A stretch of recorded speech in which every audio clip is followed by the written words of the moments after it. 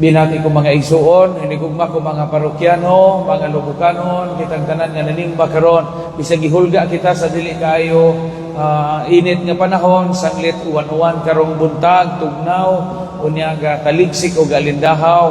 Kaninjong tanan, good morning. Happy Sunday everyone.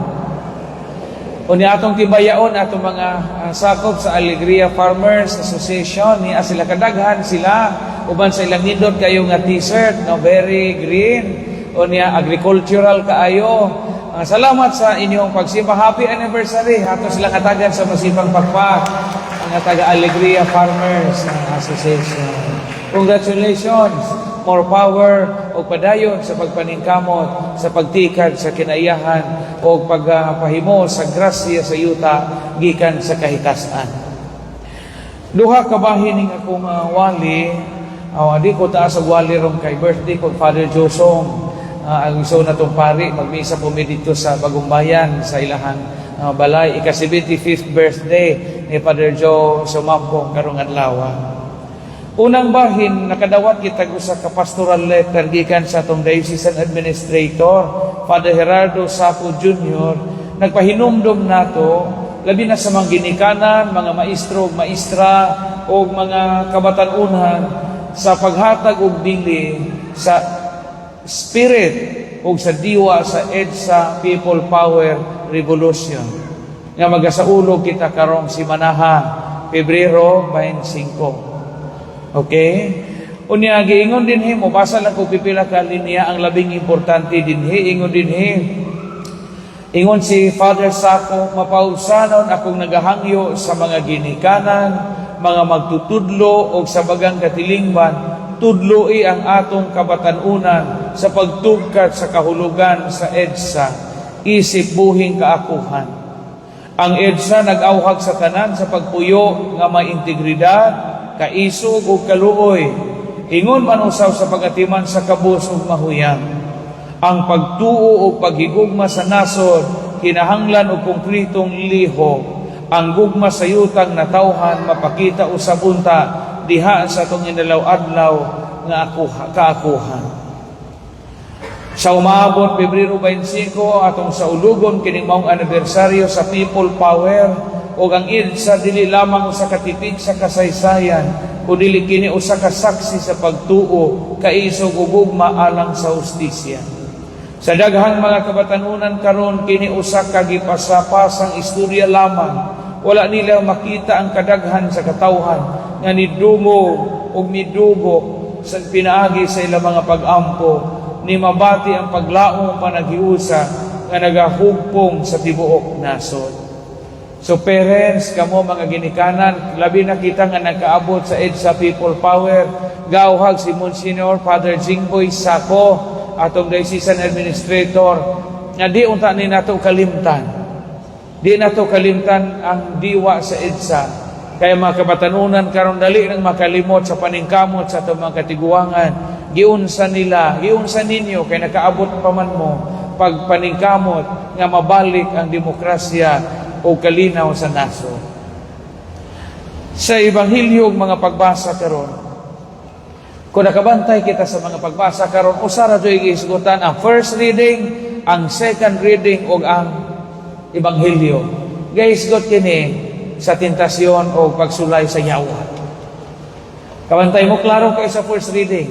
Katong giun sa pagtintal sa serpente, sa yawa, si Adan o si Eva, una na itong mga ginikanan. Unya sa ikaduhang pagbasa, gahisgot si San Pablo nga ang sa nakasud sa kalibutan, pinaagi sa usa ka tawo, apan nabuntog usa pang sa pinaagi sa usa ka tawo. Gahisgot si San Pablo sa unang tawo, si Adan, nga nabuntog o sa ikaduhang tawo, si Jesucristo nga maoy nakadaog batok sa sala.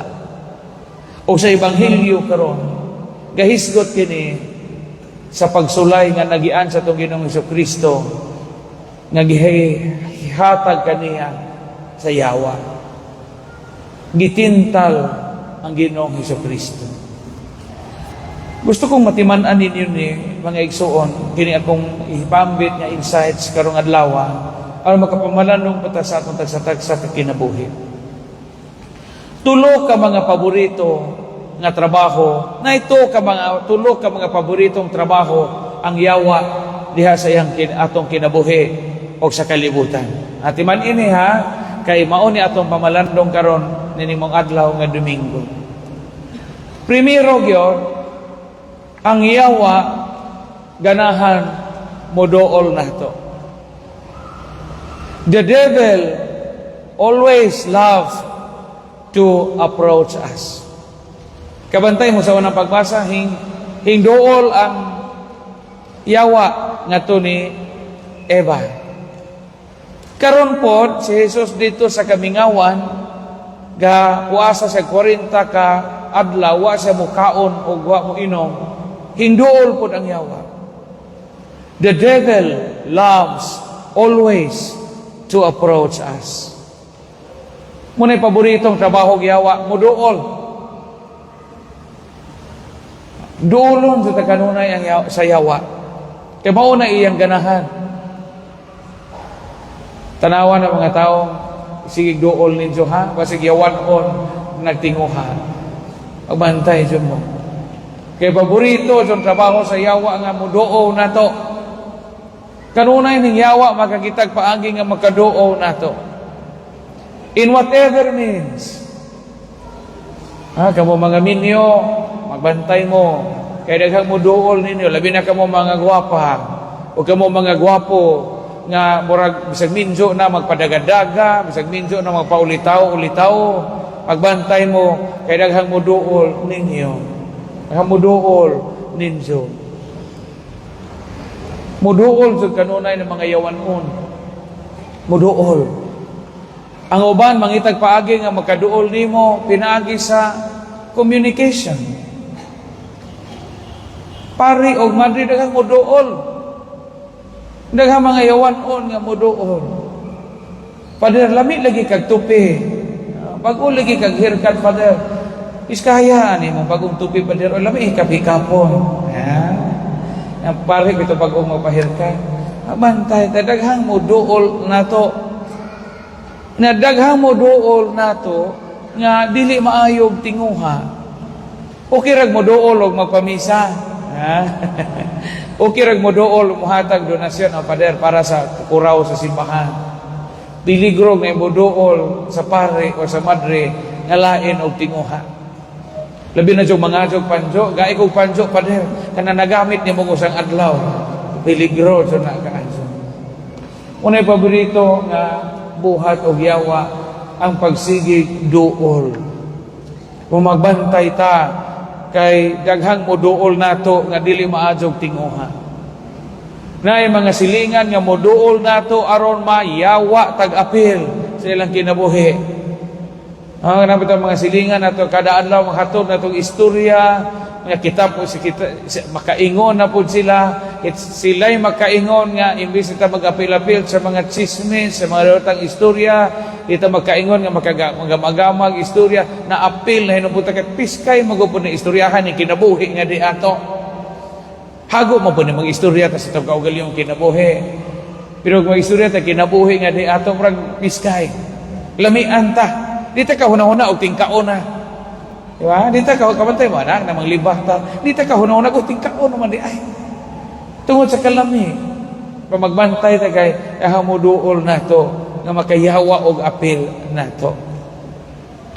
Ikaduhang paborito nga trabaho og yawa og maminaw ta sa mga pagbasa karon. Gawas nga ang yawa, ganahan mo duol na to. Ang yawa, ganahan so na mo dani na to. Seduction and enticement. Kabantay mo sa unang pagbasa o sa Ebanghelyo, ang trabaho sa yawa, sige, jogdan eh.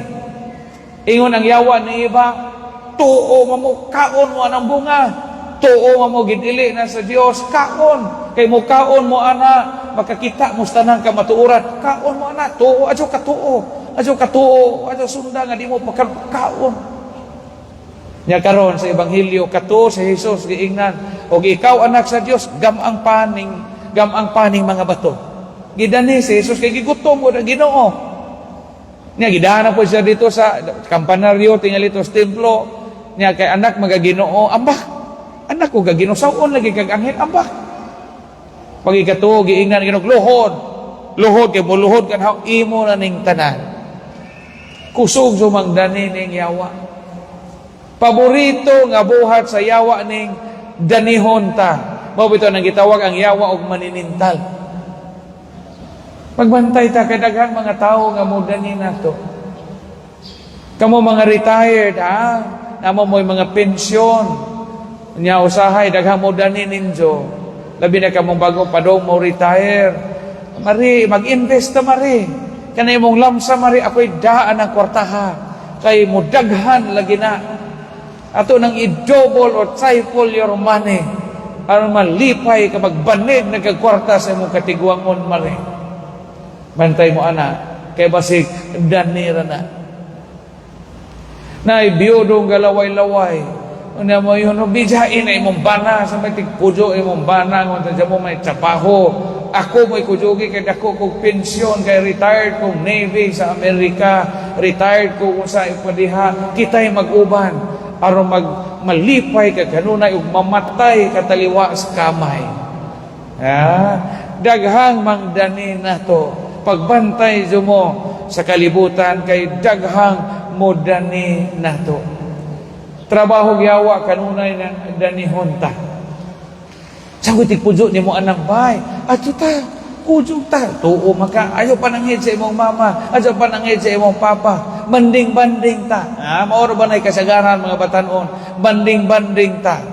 Banding-banding lagi primero. Pero pila ka semana, siyabo na, nawa nagbanding-banding, siyabo na hit-hit. Gasugod na nagbarkada-barkada, gasugod na nagmotor-motor, gasugod na naglibot-libot og motor, anak paarak og motor, sunod semana to nagahit-hit na. Nang logos naglula, nang logos nagigsuon. Dani.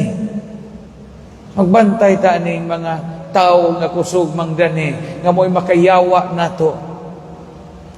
May estudyante, ayong eskwela, tuo magag-eskwela. Huwag na datong eskwela. Ako pa nimo, mo ni mauna nadani. Nawa. Ikatulong paborito nga buhaton sa yawa ang pagpildi sa tao. To defeat us. Ang yawa, di siya namuangay og modaog ta og makabig ta sa Ginoo.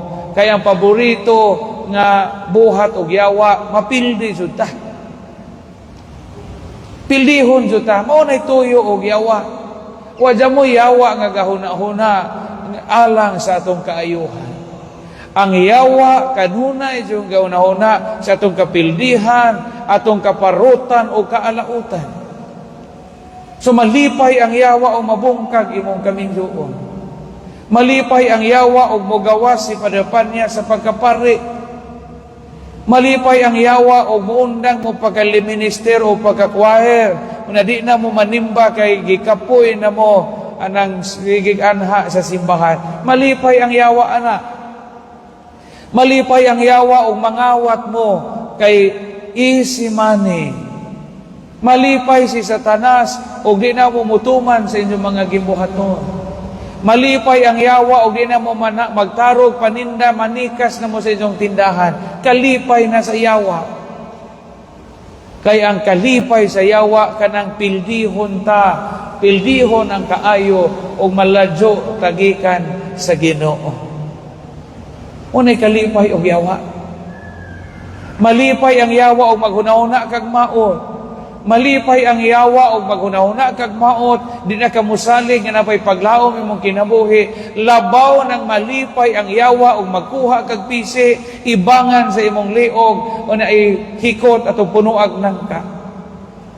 Muna'y kalipay o demonyo. Ayaw jud padaog sa buhat sa yawa. Kay kita manag-ing kang Hesus nga ingon na Ginoo sa pahawa sa Satanas. Tulo ka mga buhat sa yawa nga angay natong bantayan. Baliko nato ang yawa, magsige nagduol-duol nato. Sige nagsunod-sunod nato. Ikaduha ang yawa, moangay mo dani nato.